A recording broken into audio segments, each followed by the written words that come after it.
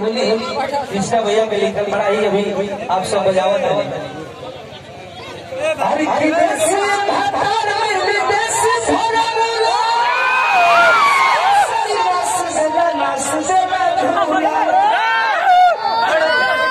बहुत ही प्यारा सॉन्ग काफी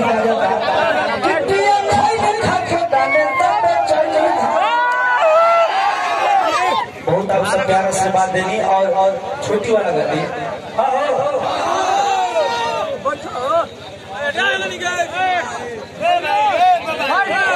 फरमाइश से पूरा ना कर पाए आप सबके हल्का में सुना देता है। छोटी वाला कर दी।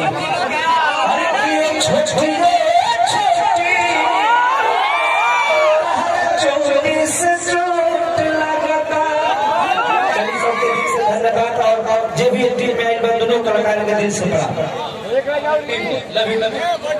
मेरे प्यारे भाई आपको बैठ जाइए।